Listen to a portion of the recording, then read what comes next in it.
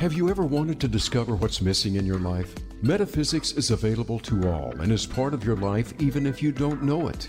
Welcome to Metaphysics, a view through the veil with Barb Crowley. Together we'll explore the mysteries behind metaphysics and how to use it to have a deeper understanding and advantage in life. And now here's your host, Barb Crowley. Hi, this is Barb Crowley, and welcome to Metaphysics, a view through the veil. Today we're talking to Miguel Conner. Miguel is a writer, voiceover artist, and host of the popular Aeon Byte podcast. He's written several books and dozens of articles. Today we're going to talk about the Occult of Elvis, or the Occult Elvis. And I also want to talk to him about Gnosticism. He wrote a book, Voices of Gnosticism. So, Miguel, welcome to the show. I'm glad you're here. Thanks for having me on. Appreciate it. Great. Let's start with Gnosticism, if you don't mind. I am completely ignorant to it. I know you want to just give me the definition of what it is?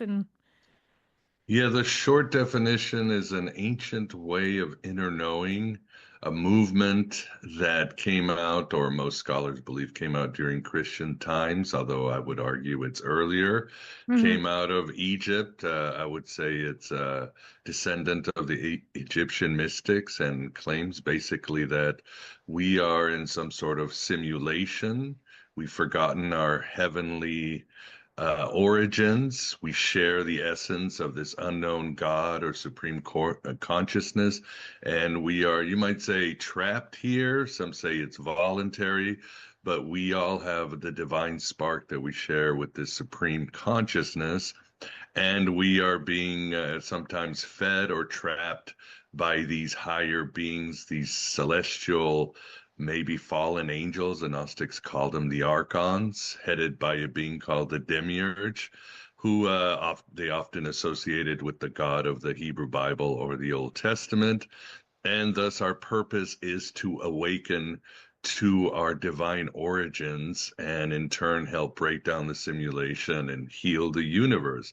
And this is done usually by the supreme consciousness sending these messengers of light, these or apostles of light that include Jesus, Mary Magdalene, and some systems Zoroaster and even Buddha, to awaken us and to awaken us, to provide these rituals, to get us to take these astral flights back to the supreme consciousness and know this being through this spiritual tech called Gnosis, a direct experiential knowledge of the divine.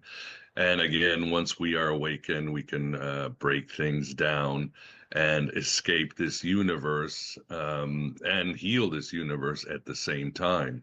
So, and the Gnostics had other features too. For example, they believed in reincarnation. They had a strong affinity for the divine feminine, which they call Sophia, and other features that we can talk about if you want.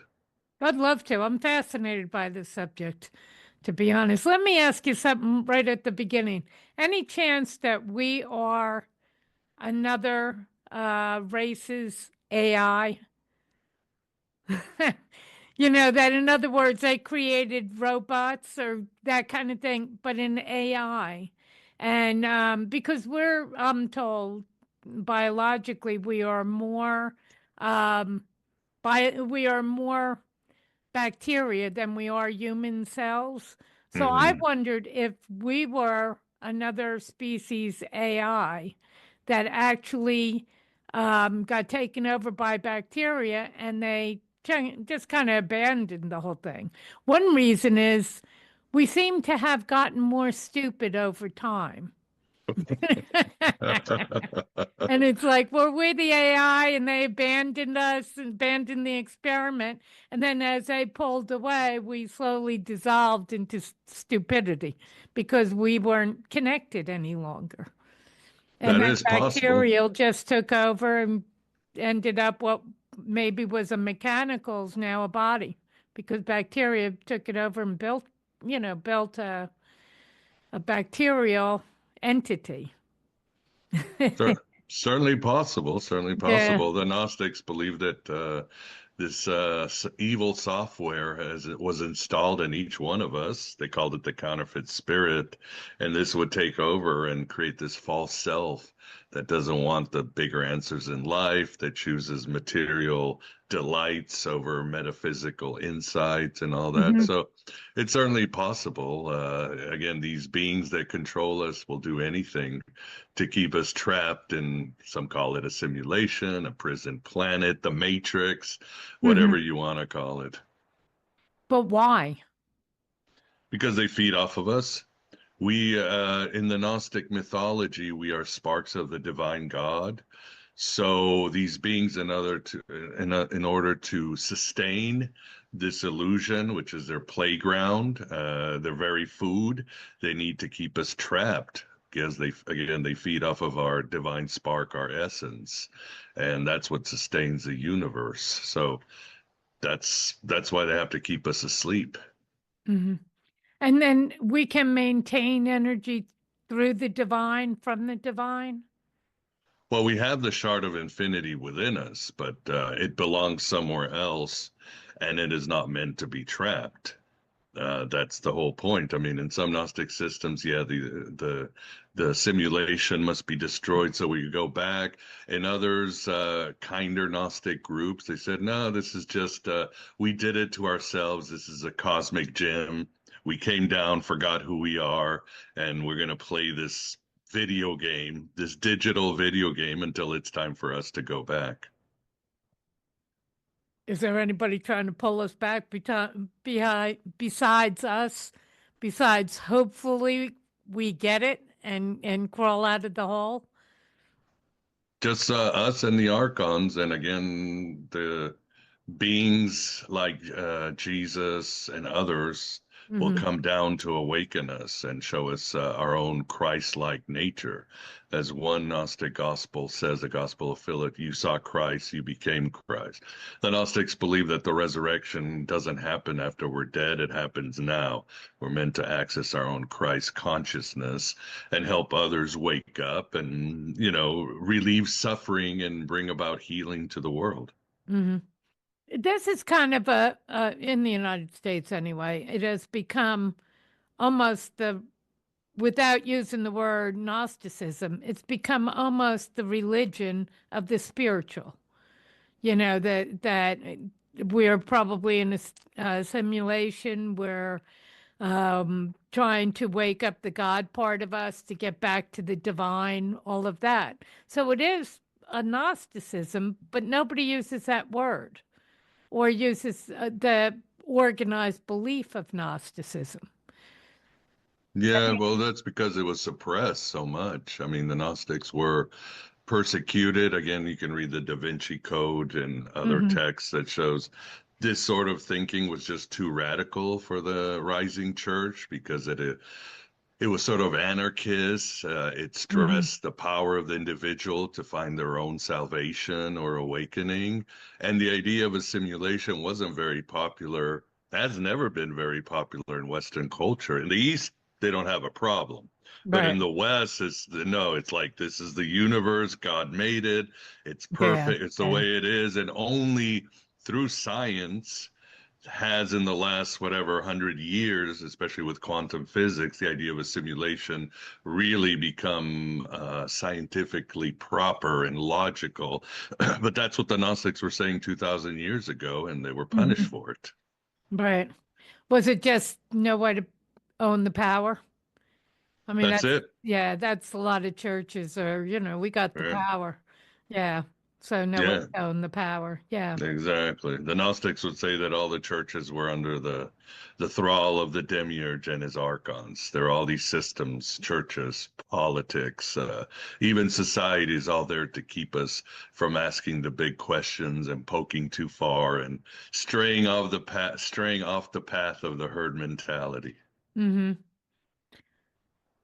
How do you get back though in the Gnosticist group or belief?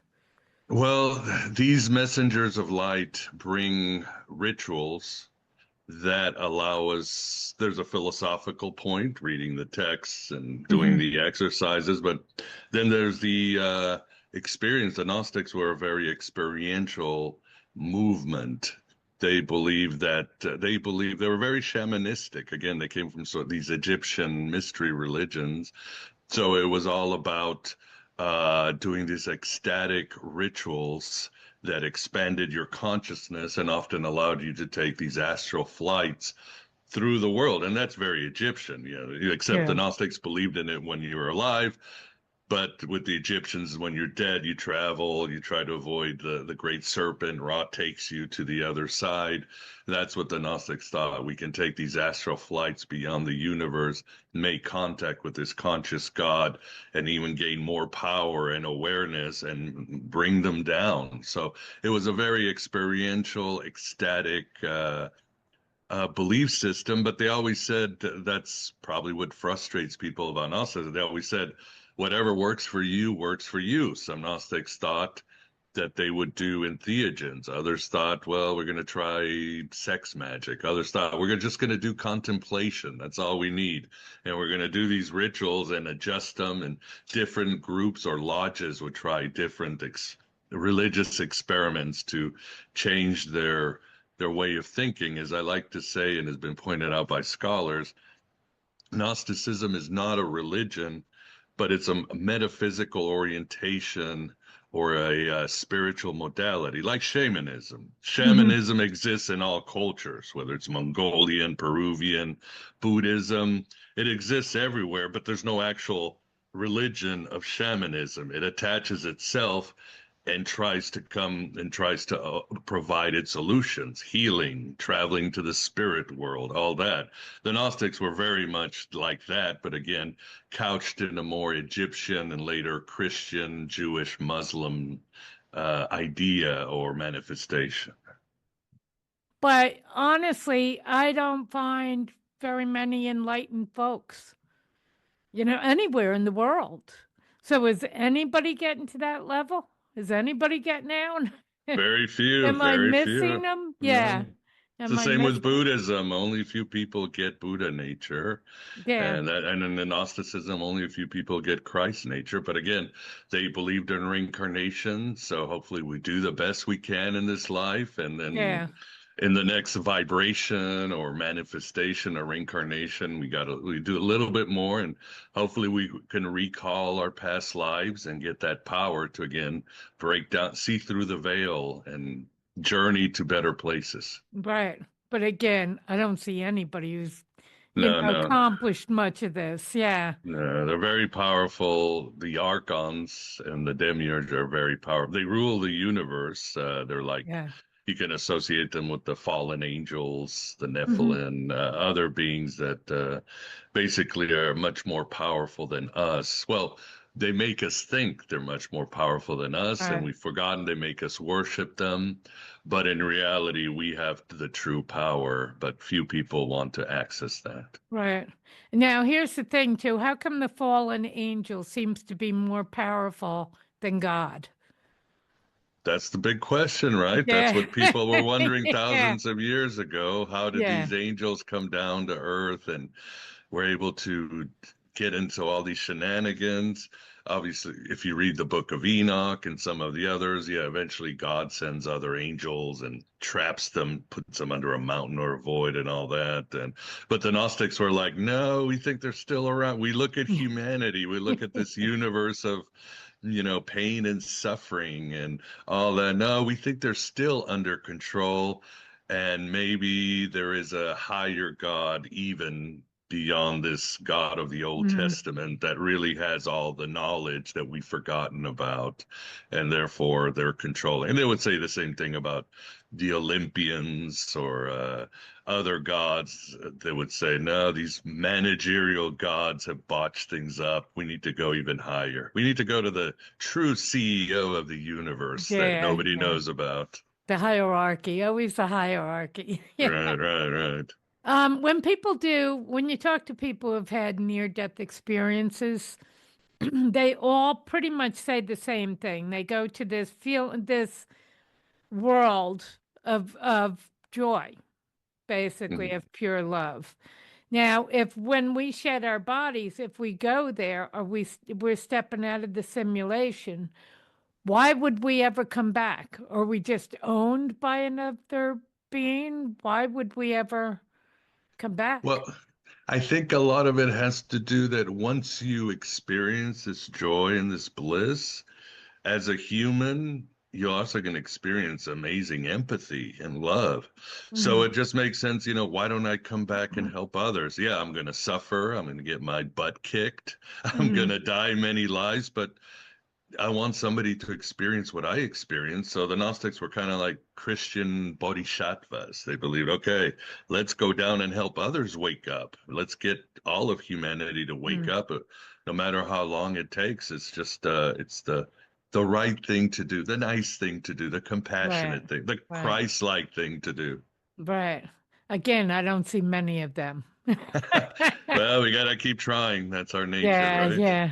But it is once you die and you reach that place of joy and they say complete love, why would anybody come back? Or are they just sent back, still owned on the other side and unaware? Sent back again. Yeah. In Exactly. in Gnosticism, is there parallel universes or timelines? There could be. I mean, they do talk about different levels of reality. So there could be. I don't know if they ever entertained the idea that there's many Barbs or Miguels or all that, but Right.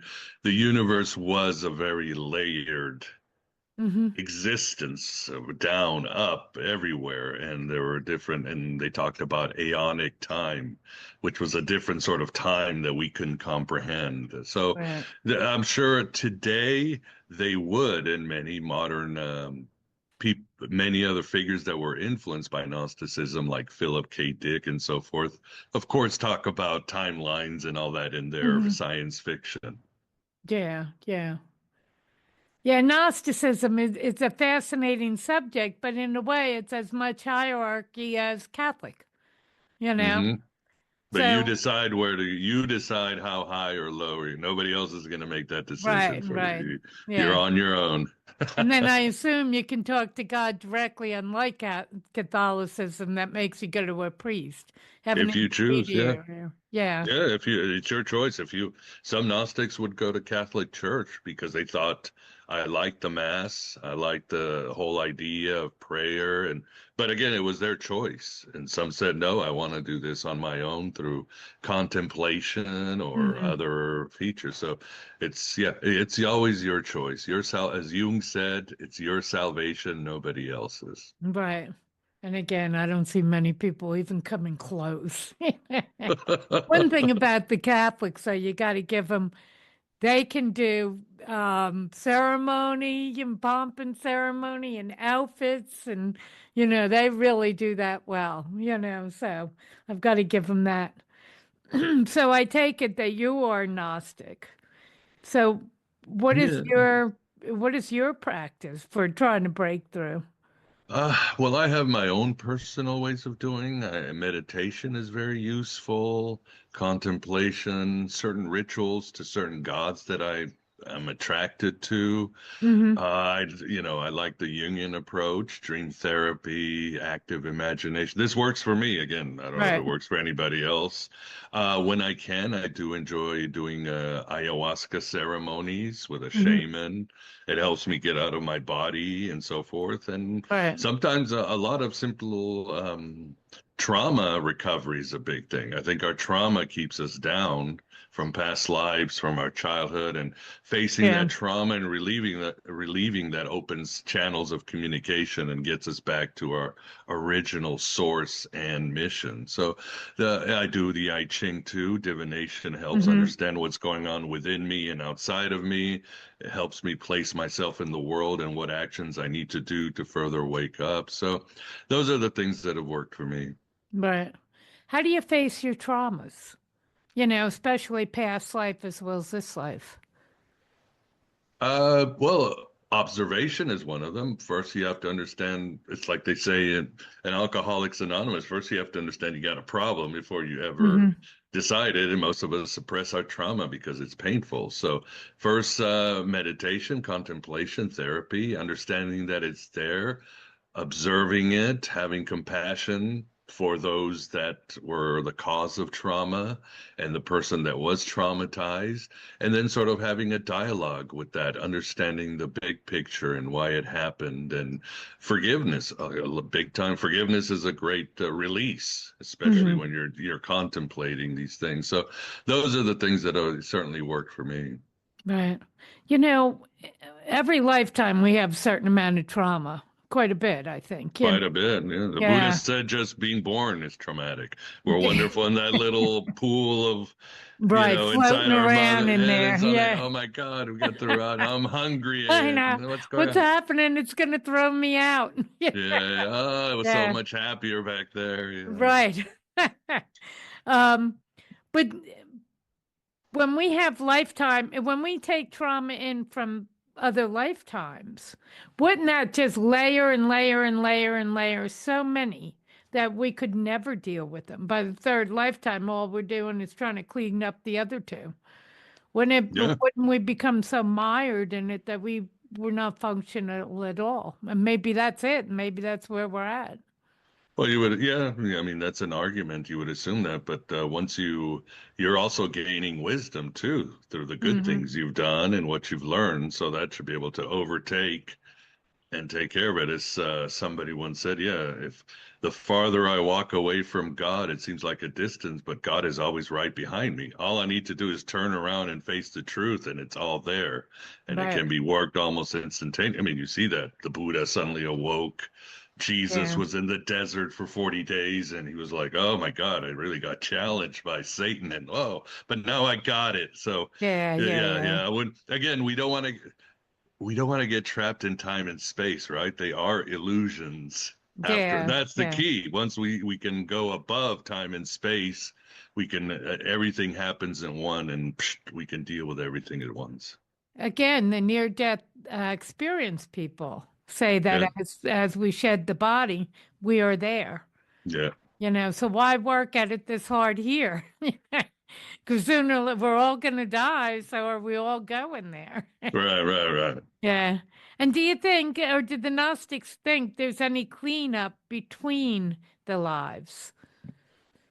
Like a Bardo, like the Tibetan Buddhists? Yeah, there were certain places that you might end up for a while to do some work, some heavenly realm, and you could get cleaned up and go back to the next mission. So they had similar ideas. Yeah. Don't you think would have to? Again, the baggage from life, would be emotionally crippled by the third life, just stuck. The karma, yeah. That's why the Catholic idea of purgatory is actually very logical. Nobody really deserves to go to heaven. But so there has to be some cleanup, except, in Christianity or Catholicism, there's earth, purgatory, heaven, and hell. The Gnostics and in Eastern traditions, it's a very big adventure back and forth and back and forth. Yeah, it's exhausting. Yeah, some people might get tired of it, yeah.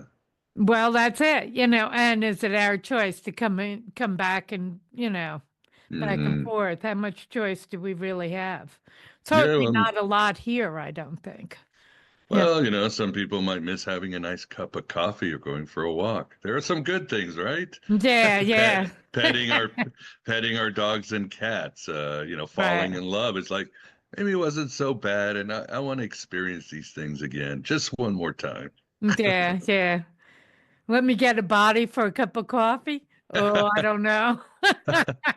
It could be good coffee. I was going to say that coffee would have to be loaded. Definitely have to be loaded. Now, how did you? I'm going to bring you to Elvis now. Or do you want to say anything more about Gnostic before I leave it? No, it's a subject to me that's beyond my knowledge, really. I don't know a lot about it.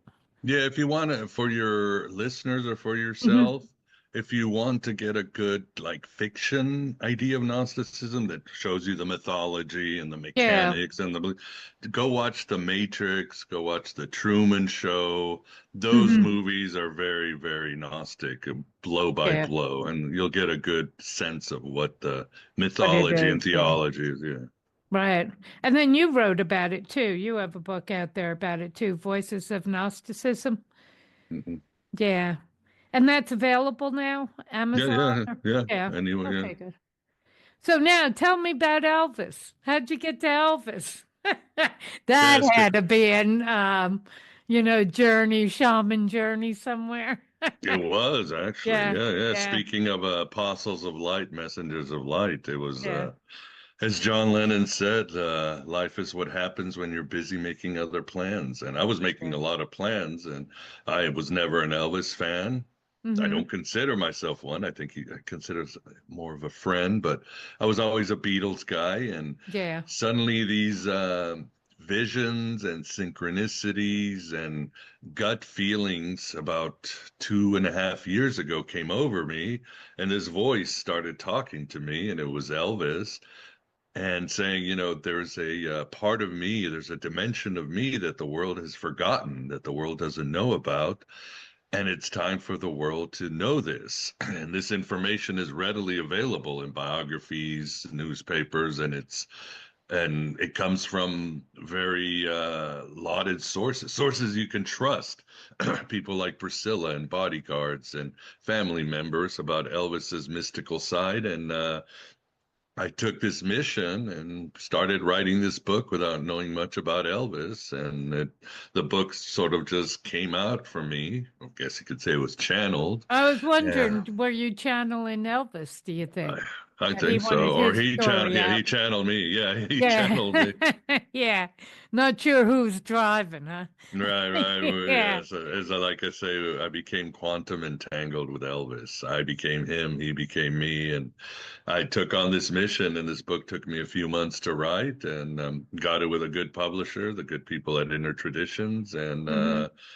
the rest is history. As I say, the book just came out. Yeah. Um, well, tell me about it. First of all, I wasn't that big fan of Elvis. I'm with you. I was Beatles, and Hmm. Elvis was kind of before me, a little bit before me. So, I didn't know a whole lot about him.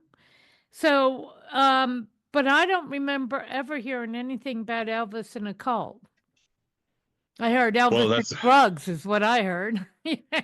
Well, that's the thing is that his spirituality, alternative spirituality, new age, whatever you want to call it, was an essential part of his life. It was just as important as being an entertainer. Hmm. He was always mystically inclined as a child through a teenager. Uh, but once in the early 60s, before the Beatles and the hippies and everybody learned Right. about all these mystical ideas, he was knee deep in it. Hmm. He was reading H.P. Blavatsky, Manly P. Hall. He was reading Taoism, Buddhism. He was reading occult texts. He was reading the Gnostic texts like the Gospel of Right. Thomas. He was just so into it. It became a very important part of his life. And even till he died, he was embracing meditation, yoga, certain magical practices that he got, numerology, astrology. I mean, everything. And he had some amazing abilities. Again, when I put things in the book or provide things in the book, there was always witnesses around him. He was never Right. alone. So I think we can trust these witnesses and these stories, his stories of his ability to astral travel, manipulate reality, like make bushes move, and he could control the weather. He had an amazing power of healing. He was able to heal even small things like headaches. Priscilla always said he could touch her head and take away headaches, and girlfriends would say he could take away their nausea and other ailments. He healed. His grandmother had arthritis while living with him in Graceland. He healed that. He also healed more serious afflictions like heart attacks and broken legs and cancer. Hmm. So he was an impressive mystic all through his life. And the book, I give many details. And even beyond that, I show some of his mystical experiences. He had a few UFO encounters. I mean, he was way behind. He was way ahead of the curve, as they say. You know, how did he get there? Because he was coming out of Memphis. He was coming out of deep Christian background where, you know, they, especially at that time period, they weren't very open to any other ideas. You know, it was like if you're a psychic, if you're a, you know, you're an antichrist. So you're ostracized. So how did he get to that point of studying those things or even have them introduced into his life? Well, there's two avenues. Once he was born with these gifts. He talks about his mother, probably through his mother Gladys. His mother could see things like shadow people and demons at night.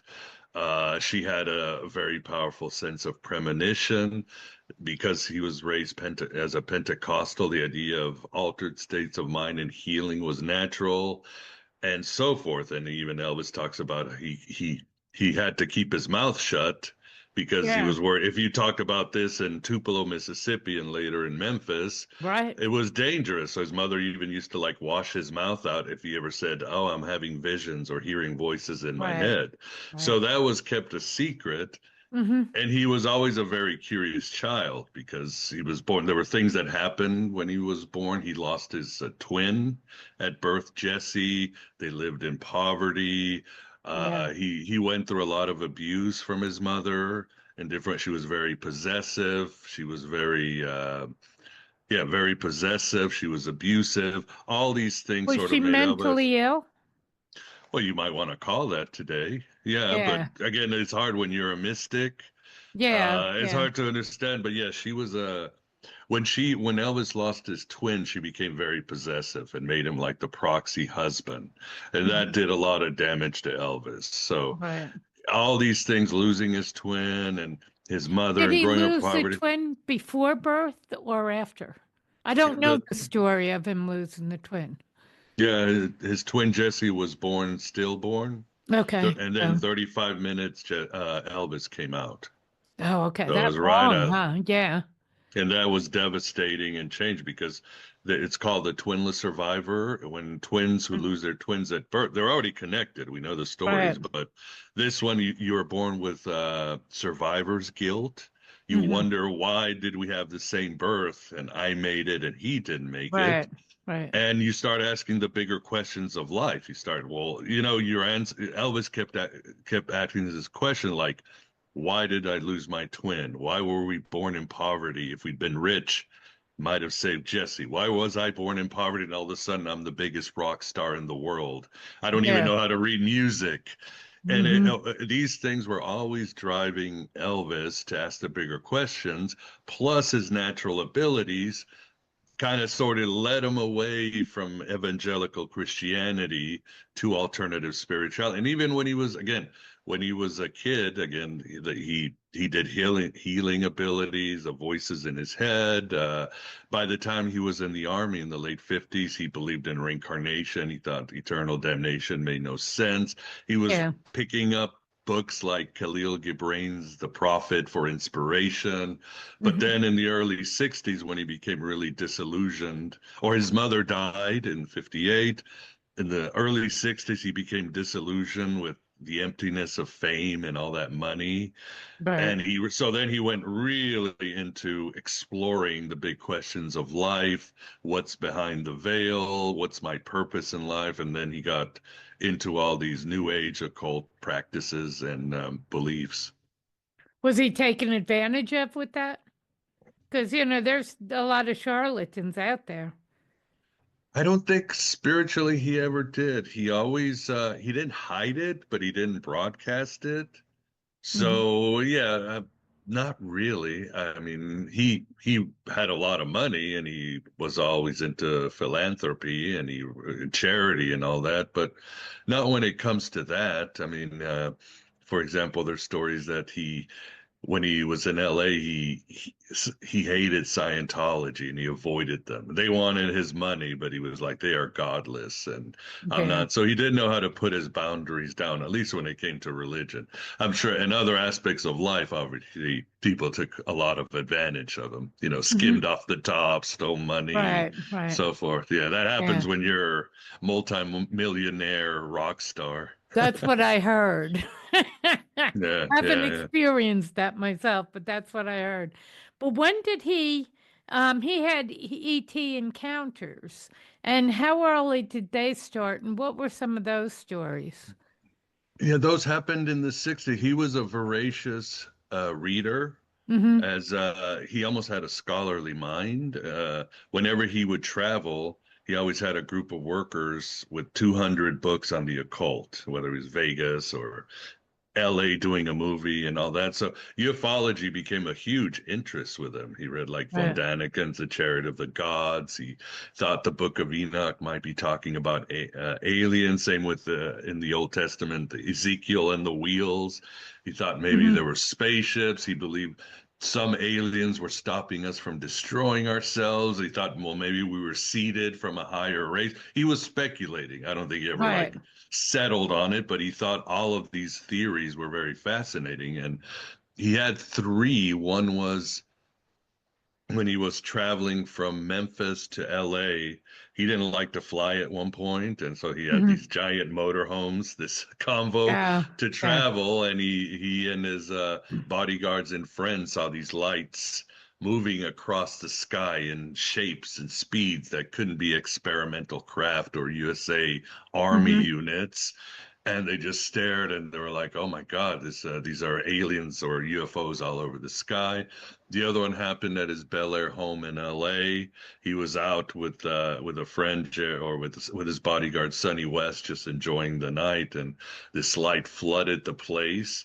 And at one point, they're like looking at this light flooding the whole area. They're like, "That cannot be a helicopter. That cannot be a plane. It's not making a sound." And Yeah. it was very yeah, very life changing. And the other one was again seeing these lights in his Graceland home with his Mm-hmm. father. So he had those three for sure. Did he have any abductions, does he think? Or did he think? No, when the LA won, he told Sonny West, his bodyguard, to get Jerry Schilling, his other friend and bodyguard, and went inside. They both come out, and Elvis is gone. And they're like, "Oh my God, we had one job, and now our boss has been abducted. Yeah. We're gonna be fired. We're so fired." But so they ran And how do around, and we explain him gone, too? yeah, Yeah. yeah. But what happened is that they're running around freaking out and they hear Elvis's voice. "I'm over here." And he was in the neighbor's yard looking at the sky. So Oh my everything was God. fine. Yeah, Everything was yeah, fine. Yeah, yeah. yeah. At that time period, he would have been considered insane. That kind of those kind of conversations are mentally imbalanced. And Yeah. and was that in his inner group? Did they think of him as insane or off his rocker, basically? Well, they were there for the UFO experiences, so they just had Yeah, to swallow that one and maybe yeah. unexplained. But yeah, they were very worried because most people don't know he'd become so religious that he was becoming very disattached. Hmm. He was meditating a lot in Yogananda's ashram. He Yeah. was when celebrities or groupies were around, he'd have a circle and he'd want to read from books and meditate. And Hmm. he became very uninterested in women, and he didn't want to be affectionate with Priscilla, so he was drawing away from her. And yeah, his inner circle and Colonel Parker and Priscilla hated him going there. In fact, he almost quit twice. He almost quit twice to be a monk, once to be a Christian monk and once to be a Hindu monk, but he got Right. talked out of it. So Yeah. eventually there was this concerted campaign to separate him from his spiritual teacher. from his books, and to tell him, hey, Elvis, you got to grow up and marry Priscilla. You have her. I mean, you're financing a whole town. You know, he brings Yeah. in tens of millions of dollars every year. You need to be responsible. So he pulled off in the late 60s, then did his comeback special and started doing Vegas show. But what he did is he kind of went underground. He became very less public. He started doing these things alone in his rooms, but he was still always practicing these things. I mean, there are stories of him on concert doing a Tibetan prayer in his Vegas and having circles, but more private, more underground. Mm-hmm. Was he grounded? Was he a grounded individual, or was he like in the wind kind of thing? Do you know what I mean? He was both. He was a person of extremes. Mm-hmm. He was very approachable. He didn't judge people by who they were or any outside of Scientology. He thought all religions are valid, all cultures are valid. Right. Everybody has a sense of value and can offer. His mom always taught him we're all equals under the life of God. And he was very wise. He was very approachable. You could always come with him with your problems, with your needs. He loved talking about philosophy and society and all that, but at the same time, he could go to the other extreme and just be your average wild rock guy taking pills, driving motorcycles. And that's a lot of it too. You know, he got into drugs, and drugs eventually killed him. Didn't he get? Do I have the story right, or do I have the sold story? Yeah, there are many stories that I talk about in the book. Tell me some of them. Well, some of them is, he went underground to the witness protection program because he was connected to some very mafioso deals and people. So, but he was also connected to the DEA. So he was kind of a double agent, and it was time for him to go underground. Others that perhaps Colonel Parker murdered him because Elvis wanted to break away and rejuvenate his career, get a clean start to his life. Right. And of course, Parker was like, no, I'm not going to do that. Yeah. Others, there's many theories. Others, it could have been the drugs. Some say it was a heart attack. At the end of the day, we are speculating. I do think that he did leave the building. I think Elvis left the material building, but I think his spirit is still with us. Mm-hmm. Well, it was channeling through you, yeah. I guess I'm an example, yeah. It's a guy who didn't know anything about Elvis suddenly writes a book about Elvis in a few months. Yeah, that is pretty wild. But what, because, those last concerts, he was obviously had lost himself. He had bloated up. He was, he just really looked bad. And the concerts weren't good. And I think he had some meltdowns on stage, didn't he? Yeah. He was always, he was on a breakneck schedule. Again, the problem with twinless survivors and people who are abused by their mother is they are workaholics to kind of hide their trauma. We're talking about trauma. He started doing pills when he was in the army to work those really long days as a soldier and later a sergeant because everybody was doing amphetamines and those. People thought they were fine. Remember, this is a time when if your doctor prescribed it, it wasn't addictive. It was safe. And he didn't know he was part of that generation. So it was one pill there, and suddenly it becomes part of his entire diet to sustain my workaholism, to not face my trauma, to do, And, these things snowball. They always snowball. Right. And that's what happened to him in the late 70s. And as I say, he did really wanted to reboot, but he ran out of time, or his mission was over. Right. But he was addicted. By the end, he was addicted. Yeah, I would say so. I mean, there are periods where through his life, when he was in concert or touring or whatever, he would take pills. There was a time when he did in the mid 70s cocaine during a tour, but then he stopped. And what would happen is he'd have a vacation, like a Christmas vacation or a summer vacation to go to Hawaii, and then he just he exercised, he stopped doing drugs, and he was healthy for those 2 or 3 weeks. But Yeah. then once the pressure of Vegas concerts and all that, he went right back to, yeah, addiction is a very mysterious thing. As a Yeah. recovering alcoholic, I'm very befuddled many times of why I'm sober. Why did I ever do it in the first place? Mm-hmm. Yeah. I kind of know why people do it in the first place. They feel great. Yeah, and it stops the pain Yeah. for, it's a Yeah. temporal stop of the pain. Right. Right. In the end, do you think he was insane?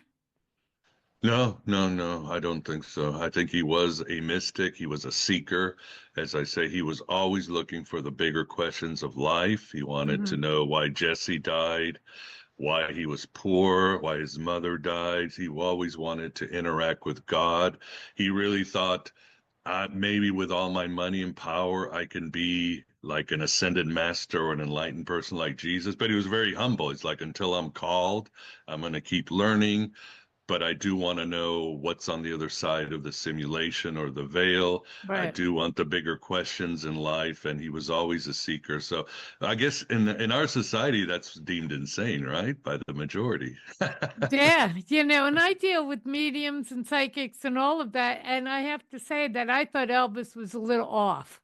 There Well, was, that's why I asked, was he grounded? Because when you're not grounded, that's, or the the Kundalini that rises too fast can blow your circuits. Was the circuits blown? You I think know? at times they were, but he could be very grounded. I mean, remember, he loved meditating. He would spend sometimes hours a day meditating.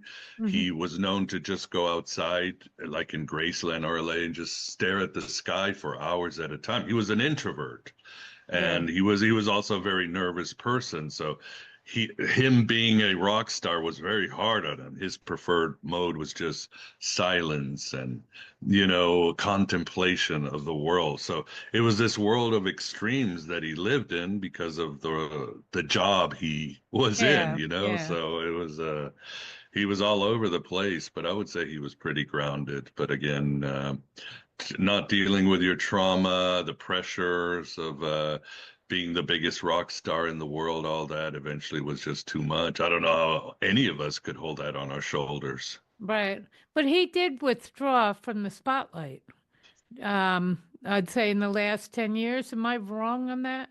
No, no, he was always touring. I mean, remember he did his Aloha special in the 70s, which was still the most viewed Yeah. concert event. He toured places like the Houston Astrodome. He was still doing his Vegas shows every year.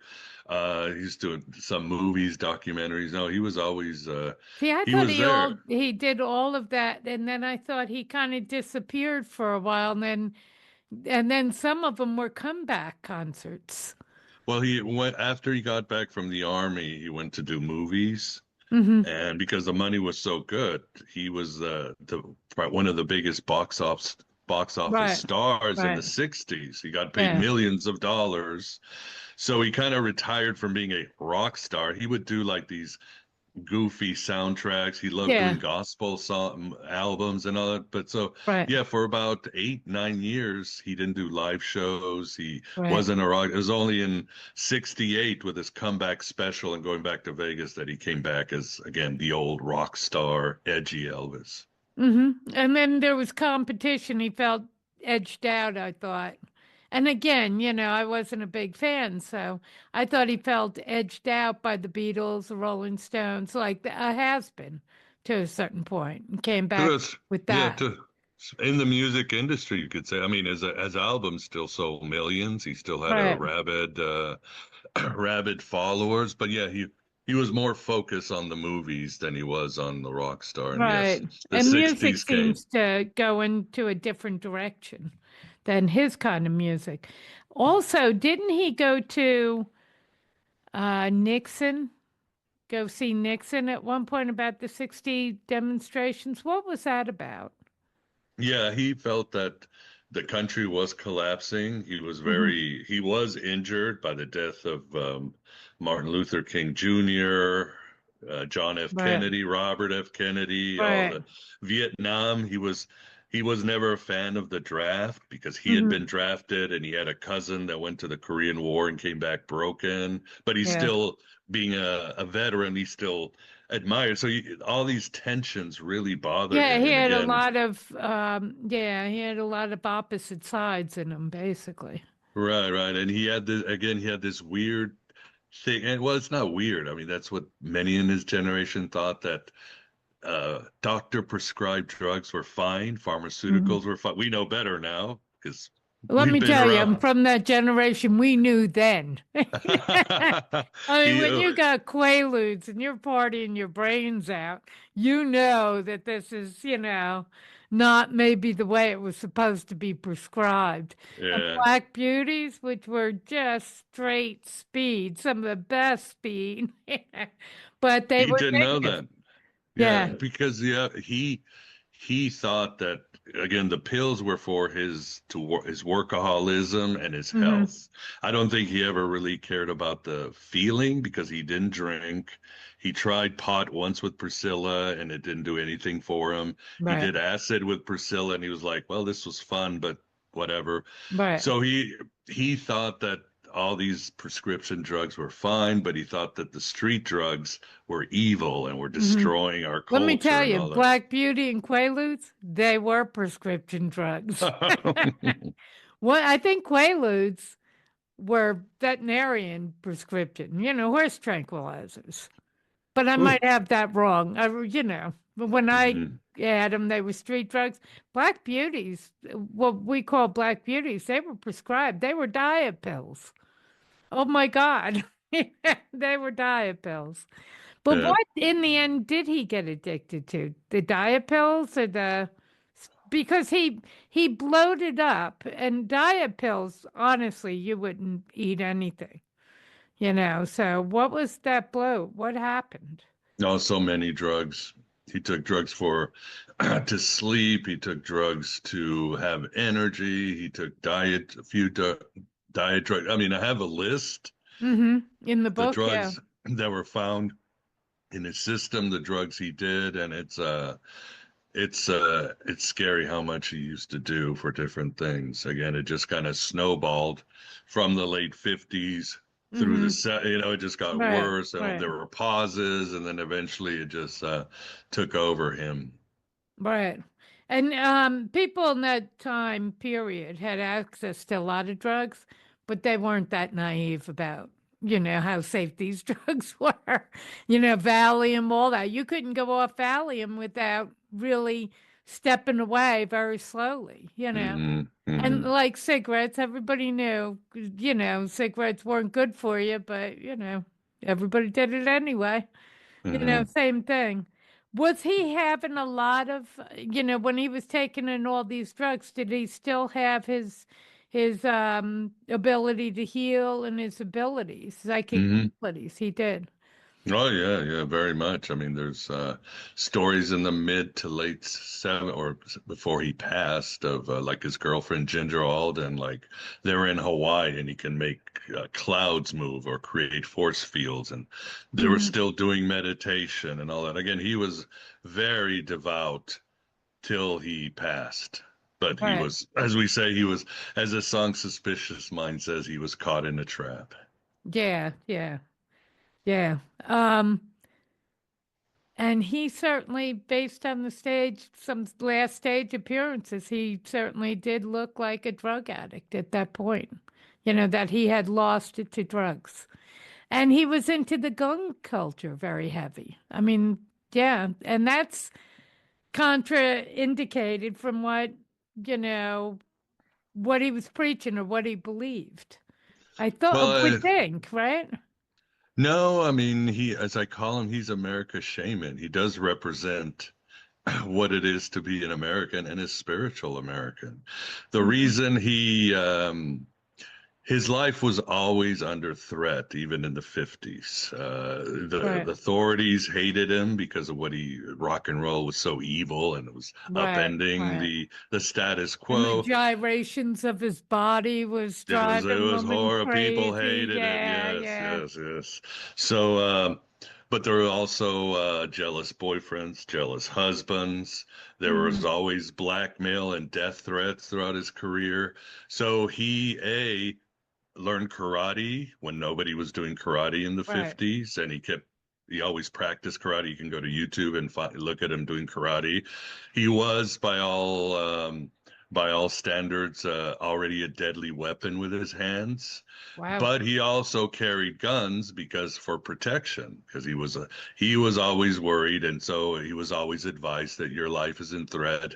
Have a lot of bodyguards, but he was also like, what's a bodyguard going to do at the end of the day? It's better. So he always was carrying Right. around lots of guns in his body. So, Right. and he And went honestly, I come from New York metro area where guns were never in our world. mhm. But so we had, it's just a foreign thing.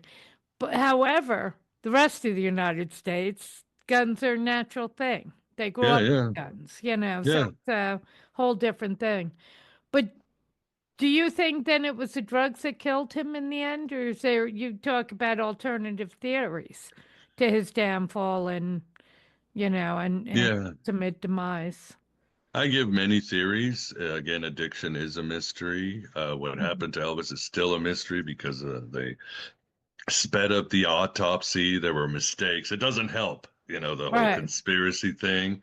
There's a lot of mysterious things, but again, when a celebrity dies, it's just It's always, yeah, people go crazy, lots of crazy. places. Yeah, Yeah. yeah. So, but as I show in the book, he knew he was going to die, that his karmic mission was going to end, and he predicted it even to the day of his death. He was giving hints Hmm. and doing strange things like closing contracts and other that freaked people out.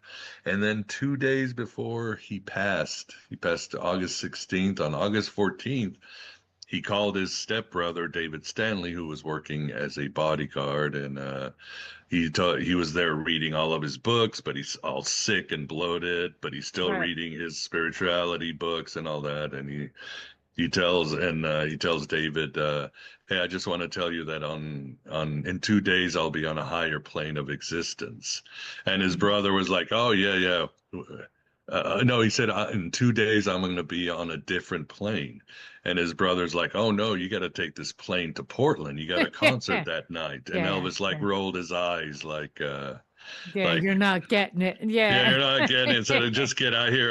Gave him a hug. I love you. Get out of here. So he Right. kind of knew that his time was up, that in this Mhm. form, in this incarnation, his time was up. Was it a dream or just a knowingness? Or do you know? A dream? Yeah. How did he know?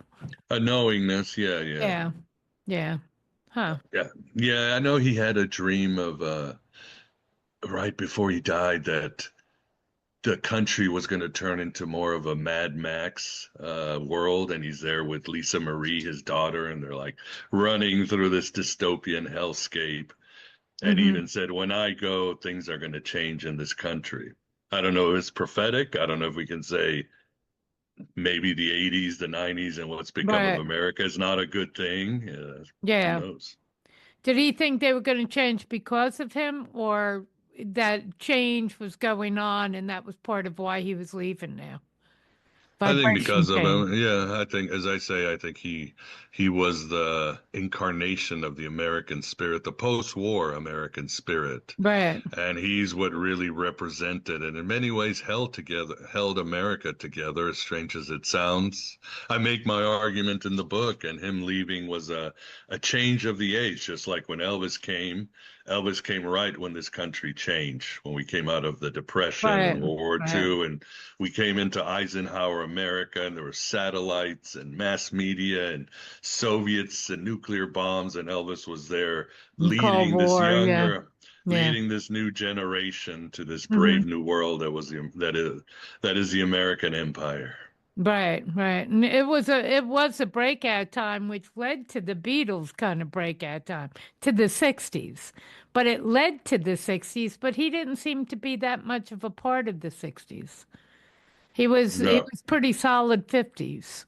Yeah. But I Yeah. mean, it's probably a good thing because the 60s ended up being a huge disappointment, the huge destruction, culminated with the Manson murders and the Hmm. Altamont and all that, and drug addiction, young people dying, Right. politicians being assassinated, Vietnam, it didn't solve Vietnam. I mean, that was Right. 75. So the 60s also had its dark side too, and Elvis was Yeah. just not part of it. It had its dark side, but it truly was, in my opinion, the best party in history. There's always a So, hangover after a party. yeah, yeah, but it a lot of upside, a lot of change, especially for women, especially for, blacks, especially for, people who'd been marginalized were allowed Well, to come back into society or come in for the first time, not even back in, as equal adults. well, Yeah. you can thank Before Elvis they for got that. kicked out again. Yeah, before they got kicked out again. But Well, yeah, he did. you can thank Elvis for that. He made Yeah, black music popular. right. He taught women that they could be liberated sexually and Hmm. have their own energy and independence. He was already seeding the alternative spirituality in Hollywood and other Right. places but again, he was ahead in many of the things that the 60s took for granted. Right. He definitely opened those doors into He the opened a lot of 60s. doors, yeah. Yeah, yeah. You talk about Philip K. Dick. I don't know who that is. He's the author who's famously known for many impactful science fiction books that were made into many famous movies. Blade Runner is based on Philip K. Dick, Minority Report, Mm. what other movies? Total Recall, and all these movies. So he's a very influential science fiction author that really gave us some of the biggest sci-fi movies of our era. The And Man in the High Castle, others. yeah, how do you put those two together? You say that Elvis and Philip Dick are more alike than different. Yeah, I compare them to see their lives and their self-destruction and addiction because Philip K. Dick also lost his twin when he Mm-hmm. was born. Her name was Jane, and it Yeah. became his obsession for all of his life. He famously said, "Well, what do you think of your twin dying?" "Well, I guess I got all the milk, the survivor's guilt." And Yeah. like Elvis, he was tormented. His twin would appear in dreams and visions. He was always asking the bigger questions of life, philosophically, theologically. Like Elvis, he also became very addicted to pills and drugs. He was a workaholic. He was self-destructive, but Hmm. also a very spiritual man. So I show how losing your twin growing up in the 60s, he also had an abusive mother, all these other parallels in their lives that sometimes it's kind of my case. Do we really have free will, or is everything set up from when we're born? Do the Right. archons set up our fate Hmm. to so that we don't wake up fully and then destroy us at the end? Philip K. Dick died early too because of abusing his health, and yeah, that's the big questions I sort of ask in the book. Right. Right. So, in bringing this book to the world, bringing Elvis back to the world, you're bringing Elvis to a generation who never knew Elvis. I have memory of him, but you're bringing Elvis to a world that never knew of him. I don't even know if you go to a 20 something, do they know his name? I Oh don't yeah, know. yeah. Do they? They do. Yeah. I have three young kids, 13, 11, and 9. They know who Elvis is. Why? Because he's appearing a lot on TikTok and Oh, video. is He's he? making Yeah. yes. His Yeah. songs become viral, like Right. Burning Love. So they know who Elvis is. They know who Yeah. Michael So his Jackson music is. is still, They're these yeah. figures that are already they're like mythological. They're larger than life. We're always going to know who Elvis, Michael Jackson, and the Beatles are in 100 Yeah. years, in Yeah. 200 years. Yeah. Yeah. So in bringing this book to them, what is that doing for them? What do you hope to have this book do? I hope that we can understand what it is to be an American, the good and the bad side. I think Hmm. Elvis exemplifies that. As our country fragments, as people ask the question these days, as the empire is falling, what it is to be an American. Right. Can we get back to it? And I think that's the question. I think the idea of fate and destiny, maybe we're trapped in fate, but can we create a destiny that helps the world? And I think Elvis's spirituality is useful for the world, and self-knowledge. I think Elvis was always very much into who am I? What's my purpose? What am I doing here? So the idea of self-knowledge, the Gnostics did that too. They Right. always believed that the highest form of spirituality was self-knowledge because, as somebody said, to know yourself is to know God, because we're all God who've forgotten that we're God. Mm-hmm. So, where can you get the book? It's out, it's published now. It's out and available now, right? Correct, correct. Your usual suspect, Barnes and Noble, Yeah. Amazon, bookstores. Yeah. Yeah, all these places have it, and we have there. It's in print, it's in audio, and it's also in Kindle. Whatever you want to, however you want to consume this book. Right. Are you finished with Elvis now? In other words, did he come to you, channel his book through you, and then go away? No, no, he's around. I mean, there's still a lot that I'm discovering that people are bringing to my attention about, again, his mystical abilities, parts of his life. So he's still coming. So I'm right. I have a blog, so anything new I hear about Elvis, I'll be putting it. You can find it at my website. And what is your website? It's very easy, miguelconner.com. Just Am my I- name. Yeah, you want to spell it though? Sure, MIGUELCONNER.com. And that's it. Okay. I've got my blog, my podcast. I started a rock podcast to talk about Elvis and other things. So it's all there if people want to continue on this journey of knowing who the king was. Yeah. And is it okay for people to get hold of you? Do you want Yeah, communication? Yeah. sure. I have a contact form there, and I'll do my best to Keep get up back with to it? them. Yeah. Yeah. I do have another question though. Was he in charge of his psychic abilities, or were they psychic hits that would just come to him? I'd say Would he go both. look? Yeah. Usually it was in the form of a dream or a vision, and usually Jesse was there. Jesse was like his guardian angel, companion, higher self. They would come to him. He had a lot of nightmares. He used to sleepwalk a lot, so it's almost like he was always possessed. But he did have psychic insights. People would talk about how he could read their minds, how he knew things were going to happen right before they happened. A Right. person would walk into the room and Elvis knew exactly what kind of day you're having, if you're in a good or bad mood. Yeah. So he had a very powerful intuition, psychic ability, and so forth. And you didn't interview anybody. You got this from the writings, from the notes, from people? From the horse's mouth, I got these. This is a secret that's hidden in plain sight. I went to Priscilla's bio, to his bodyguard's bio, to friends' bio, to spiritual teacher bio, to girlfriends. It's all there in biographies that have been in print for more than 30 years that have sold millions of copies. But it's all there. They all talk about it, but it's scattered. So my job, as Elvis wanted, was to bring it all together, put it, and you can find, there's YouTube video podcasts. People have noticed this and done entire shows on it. And again, my job was to be his spiritual biographer, if you would. Right. So he wanted it all together within a cover. Yeah. Right. Something you could go and say, all right, instead of having to buy all these books or whatever. Right. And try and figure it out. Yeah. That was my job. So you're working on a David Bowie book now. Yes, once the task was done, another voice came to me and said, we've forgotten there's another person. Is Elvis 2.0? I was like, there cannot be 2.0. And the voice said, no, David Bowie is him. He's very much an extension of Elvis, and their similarities are eerie. They're born on the same day, grew up in poverty, abusive mothers, UFO experiences.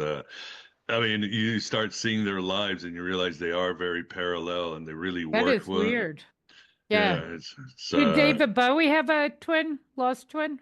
No, that would be one exception. He had a brother he had a half brother who he loved who went completely crazy, Yeah. schizophrenia, and Yeah. he lost his brother for 30 years, and his brother eventually ended his life. So that was kind of his Jesse, his Right. brother who he Right. idolized and was everything to him. So in that way, Mm-hmm. but Wow. a lot of parallels, and they all have the kind of same message. Let's go beyond the stars. Let's know Yeah. ourselves. Let's heal. Mm-hmm. Do you think their creativity comes from that? I would say so. Yeah, yeah. Yeah. They were both very spiritually minded at a young age. David Bowie also was into all this alternative spirituality. He also almost quit the music industry to become a monk. Oh, Very yeah. I well didn't read. realize that. Yeah. Both had Bowie had UFO experiences, mystical things, and he incorporated all these things into his music. Did those two ever meet? Well, that's the story. They actually did in many ways. One time when Bowie was becoming famous, he went to see Elvis in concert because Elvis was his idol. Uh-huh. Even when you look his jumpsuits and everything, he patterned it Oh, like yeah. Elvis. And most people don't know whenever he'd finish a concert, he would tell his manager to go on the mic and say, Bowie has left the building. He really loved Elvis. But Wow. he went to see him in concert.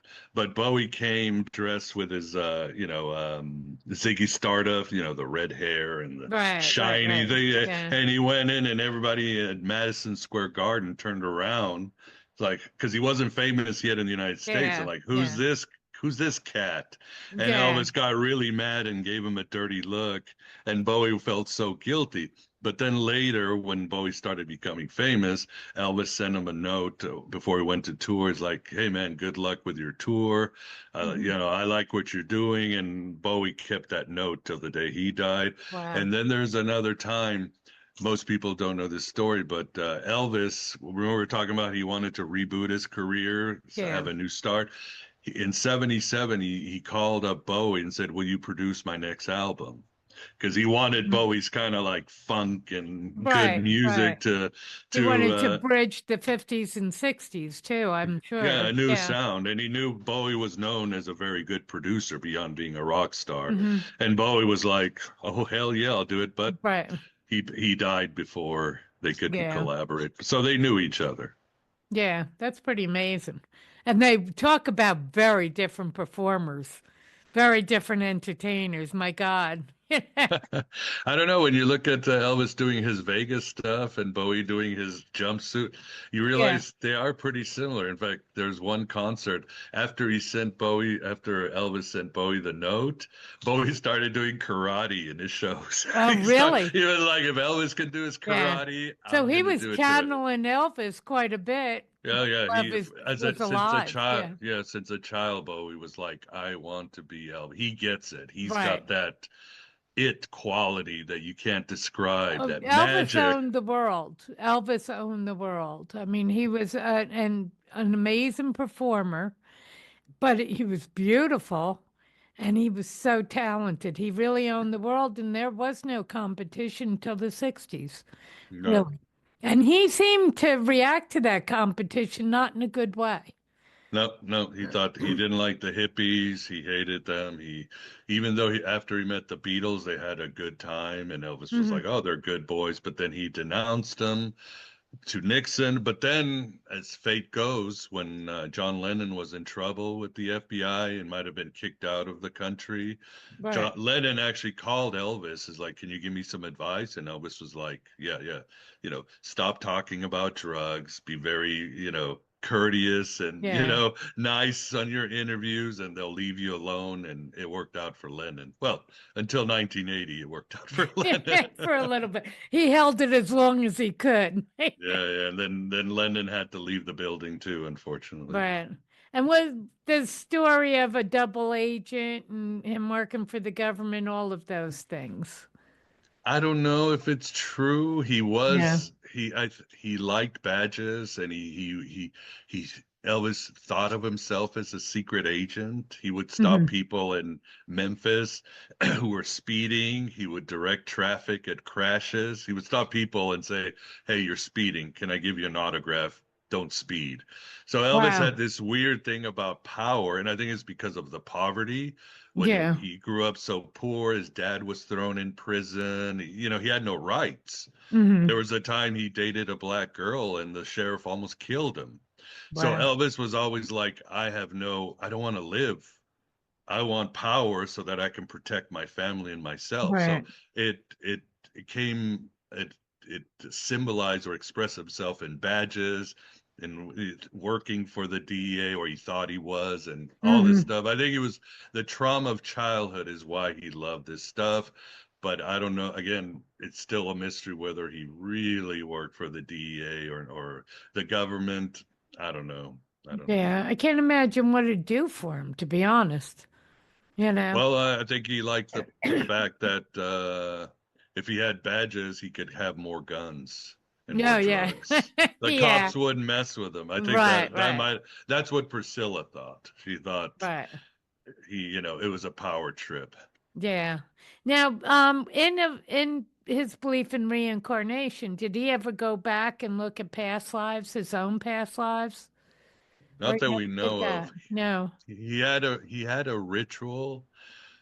It was like his own Elvis ritual. I'm finding out other people have it. He would sit alone in his room with a candle, and he would just contemplate on the candle, and he could go back in time to his mother's womb, that perfect Hmm. place. But that Yeah. was it. It was a sense of bliss and wholeness why he did it. But Right, I right. don't think he ever talked about any of his past lives. But he did Yeah. believe in them. Yeah. Yeah. So there was no knowledge of where he came from or why. Yeah. As Okay. far as I know, but more will be downloaded, or hopefully Right. people will reach out to me with more insights. Because when I wrote this book, I was like a guy in Gnosticism. I reached out to spiritual leaders, I reached out to Priscilla, and they probably said, "Who's this nobody?" Right. Yeah, yeah, yeah. Did you So ever hear hopefully, from Priscilla? no, no. So hopefully now the book is doing well. Oh, Hopefully good. they'll be more Yeah. open to maybe have a conversation about Elvis, and I can learn more. Definitely come back and tell me. Sure. Definitely come back and tell me. Hey, thanks so much for being on the show. I really enjoyed our conversation and revisiting Elvis too, and David Bowie. Yeah, it's great. I'd love to have you back with David Bowie as well. Sure, sure. The So, star yeah, man will decide when this book is ready. yeah. Thanks so much, Miguel. Enjoyed it. Thank you. Thanks. Bye bye. Bye.